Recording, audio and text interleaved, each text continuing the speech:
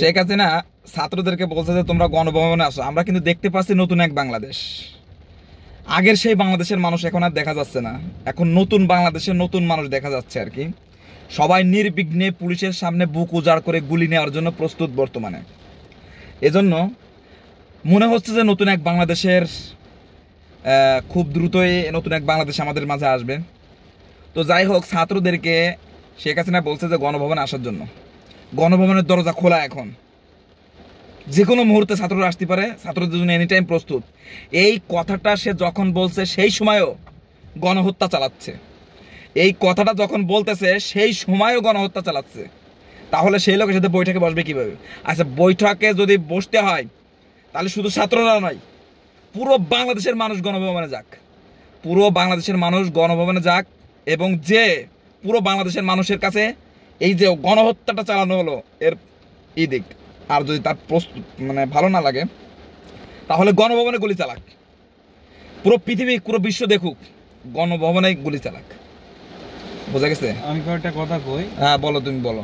এই যে সরকার, ঠিক আছে, হ্যাঁ, ওর বাপের যে মারিছিল, কেউ ওর বাপরে ধরিছিল না, এর প্রতিশোধ নেওয়ার জন্য এগুলো করতেছে, ঠিক আছে, জানি শুনে একদম সব প্ল্যান করে, সব প্ল্যান করে, ঠিক আছে। ও এইরকম মাইরে ধরে এই দেশ ছেড়ে চলে যাবে, শেষকালে দেশটা ধ্বংস করে দিয়ে চলে যাবে, এটা নিশ্চিত। দেশের মানুষ দুকে দুকে মরবে আর ঋণ শোধ করবে, ঋণ শোধ করবে। দেশটা ধ্বংস করার সিস্টেমও করছে, ঠিক আছে। দেশটা তো লুটে উঠে খাইছে, এখন দেশটা ধ্বংস কথা পতন করে দিয়ে যাবে একবারে শ্রীলঙ্কার মতন। শ্রীলঙ্কার মতো তো হয়েই গেছে অলরেডি। এই সরকার যে কত দূর কি দেখে করবে এখনো পরিকল্পনার বাইরে একবারে, পরিকল্পনার বাইরে একবারে। এখনো কত দূর ইন্ডিয়ার সাথে পরিকল্পনা করে এগুলো সব করা হচ্ছে একদম পরিপূর্ণ ভাবে। তাও ইন্ডিয়ার লোক কথা কচ্ছে হিন্দি কথা। ওই যে রাজশাহীতে একটা লোক ধরেছে, হয়তো র এজেন্টটা আর কি, কোন একটা কাজ করছে, করার পরে পুলিশে তাকে ধরছে, তো কথা বলতেছে সে ইন্ডিয়ার ভাষায়।